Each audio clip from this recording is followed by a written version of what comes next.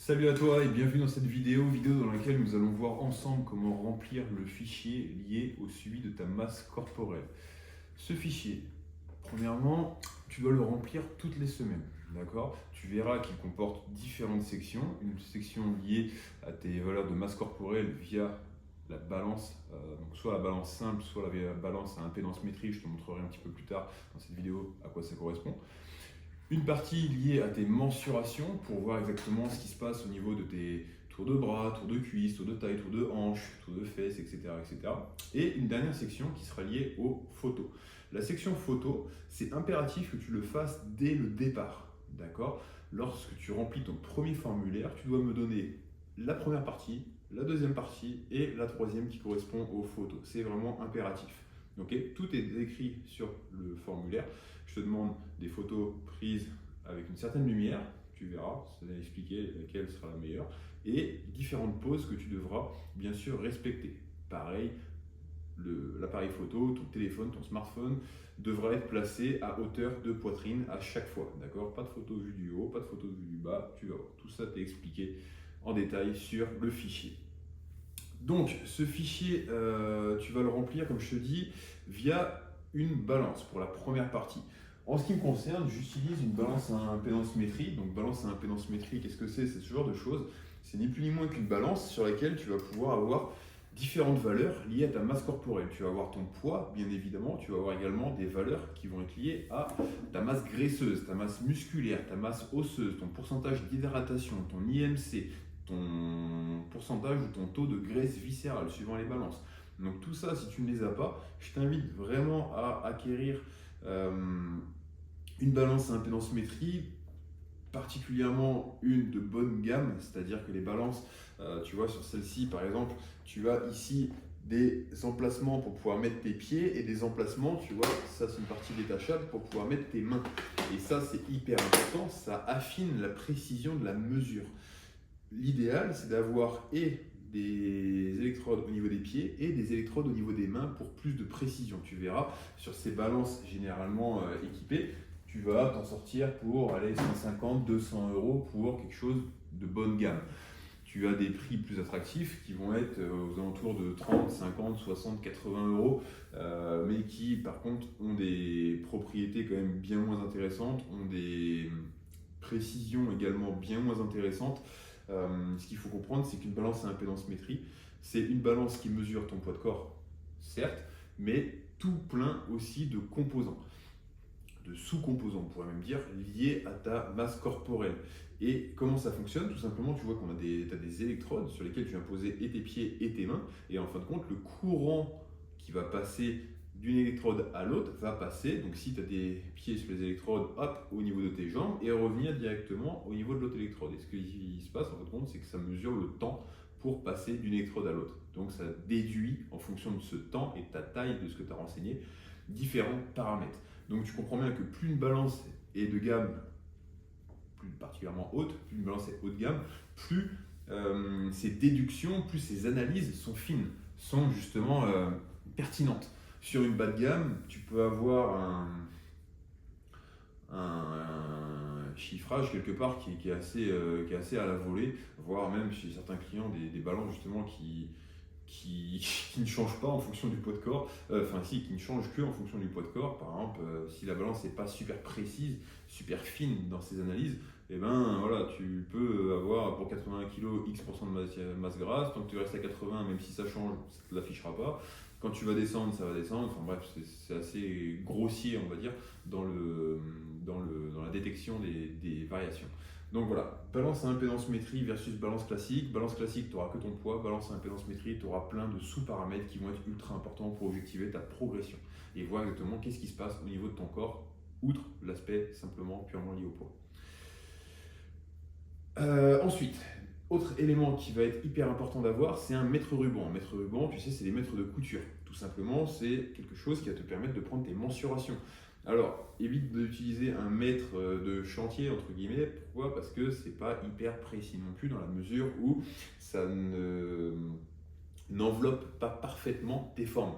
C'est-à-dire que tu vas avoir des angles par-ci, par-là qui vont te faire perdre 2-3 cm suivant les mesures que tu vas prendre. Donc c'est pas vraiment pertinent. Prends vraiment un mètre de couturier, un mètre ruban de couturier qui lui va être bien souple. Tu vas pouvoir vraiment faire le tour. Alors il existe également des produits sur Amazon dans lesquels tu viens justement passer ton segment. Tu appuies sur un bouton et puis hop, ça vient serrer directement. Donc à toi de voir ce que tu préfères. Mais deux éléments indispensables pour remplir le formulaire en amont, c'est l'accès à une balance, si possible à une balance à impédance-métrie, et l'accès à un mètre ruban de couturier. Et bien sûr, pour les photos, ton smartphone sera ton meilleur allié. Donc voilà pour les outils nécessaires pour remplir ce formulaire. Maintenant, je te propose de passer directement sur la tablette sur lequel je vais te faire une capture d'écran pour pouvoir justement te permettre de voir. Je te mettrai la vidéo quelque part autour de ma tête pour te permettre justement de voir comment remplir ce formulaire. On est parti. Donc, quand tu reçois ton mail ou tes accès du moins pour tes fichiers, tu recevras du coup ton lien pour remplir ton fichier individuel de suivi de masse corporelle. Donc, il se présente comme ceci. Tu as ici la première partie, comme je t'ai expliqué juste avant, où on va pouvoir remplir justement les informations liées à ta masse corporelle via les résultats de la balance à impédance métrique. Donc, première chose, tu vois, date du jour. Donc, tu remplis ta date du jour. Aujourd'hui, on est le 16-09. 16-09-2024. Tu vois qu'il y a un astérisque rouge à côté de la date du jour. C'est tout simplement parce que tu dois remplir ce champ à chaque fois que tu remplis cette partie. Poids de corps. Donc, imaginons, tac, j'ai ma valeur avec la balance. Je fais 98 kg, admettons que je fasse une décimale, pas 98 pile, 98, quelque chose. Tout simplement, je ne mets pas une virgule sur ce formulaire, je vais mettre un point. Ok, point 5 par exemple. Même chose, poids de corps en astérisque, obligatoire. Ensuite, toutes les valeurs que tu as, pourcentage de masse grasse, masse musculaire, masse osseuse, indice de masse corporelle, etc., c'est lié aux informations que tu peux obtenir, grâce à une balance à impédance métrique. Si tu n'as pas ces valeurs, tu vois que ces valeurs n'ont pas d'astérix, donc tu n'es pas obligé de les remplir si tu ne les as pas. Par contre, si tu les as, tu les remplis, tu remplis ta pourcentage de masse grasse, masse musculaire en kilogrammes, masse osseuse, etc. S'il y a des informations que ta balance ne donne pas, tu ne les rempliras pas, bien sûr, bien évidemment. Ok. Une fois que tout cela va être rempli, donc allez, on va se faire le petit kiff, on va se mettre 14% de body fat, masse musculaire, on va se dire, ça ne me facilite pas le travail. Ouais, on met des valeurs un peu aléatoires juste pour le remplissage, pour que tu vois un petit peu comment ça se passe. Masse osseuse, pareil en kilogrammes. Et oui, désolé, les os ne pèsent pas très lourd, contrairement à ce que certains peuvent penser. L'IMC, pareil, allez, on va se mettre à 25. Métabolisme de base, donc ça en kilocalories. Bon, tac, on va se mettre, allez, on va se mettre ça comme ça. Âge métabolique, hop, on va être gentil. Pourcentage d'hydratation, même principe. Et niveau de gaz viscéral, généralement compris de 1 à 10, suivant les valeurs, mais bien sûr, tu mets celui que la balance te donne. Si tu te donne quelque chose de supérieur, tu mettras ce qu'il te donne, ça dépend un peu des balances.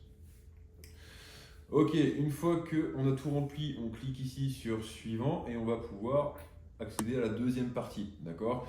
Avez-vous pris vos mensurations? Donc, si je les ai pris, je clique sur oui, je mets suivant et je vais avoir un petit schéma qui va m'indiquer justement les zones sur lesquelles je vais devoir m'attarder, à l'exception du tour de ventre qui n'est pas spécifié ici. Ok, donc tour d'épaule, tour de poitrine, tour de bras droit, etc., etc. Bon, là, tu l'as compris, hop, encore une fois, on va mettre des valeurs par défaut, histoire que tu vois un petit peu comment ça se présente. Tour de poitrine, boum, tour de bras droit, tac, 110 de bras, attention, ok, 110, tac,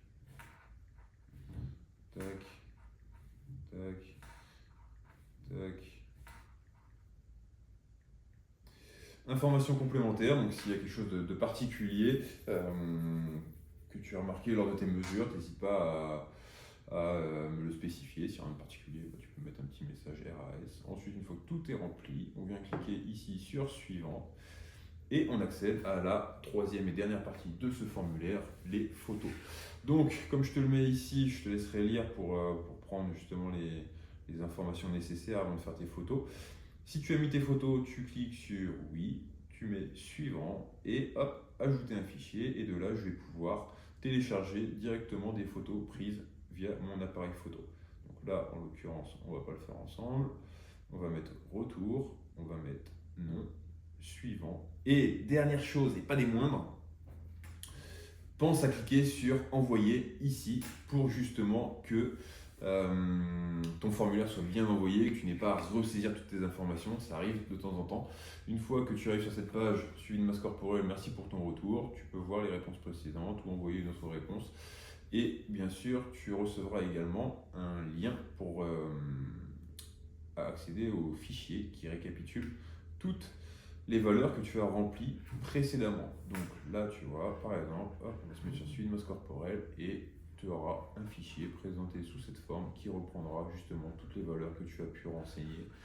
Tu retrouveras ici les dates correspondant à tes prises de mesure, tes poids de corps, machin, toutes les valeurs que tu as pu mettre et tes mensurations ensuite. Voilà, à noter que ce formulaire, tu dois le remplir toutes les semaines. D'accord, ce formulaire avec poids plus valeur de la balance, impédance-métrie éventuellement, plus mensuration doivent être remplis toutes les semaines. Et concernant les photos, je te demande de prendre justement un set de photos tous les mois pour suivre ton évolution. Pas la peine de le faire à chaque fois que tu te pèses. Voilà, les différences visuelles ne vont pas forcément être significatives de semaine en semaine. Par contre, de mois en mois, on va pouvoir peut-être avoir un résultat qui, je l'espère, sera intéressant. Et l'idée, au travers de ces trois parties de ce formulaire de suivi de masse corporelle, c'est de pouvoir objectiver ta progression via trois indicateurs. Premièrement, tu vas donc retrouver les valeurs de la balance. Deuxièmement, les mensurations. Et troisièmement, les photos pour nous permettre justement de voir exactement dans le détail ce qui se passe, quelles sont tes améliorations et quels sont les points sur lesquels on doit encore s'améliorer. Je te souhaite une excellente journée.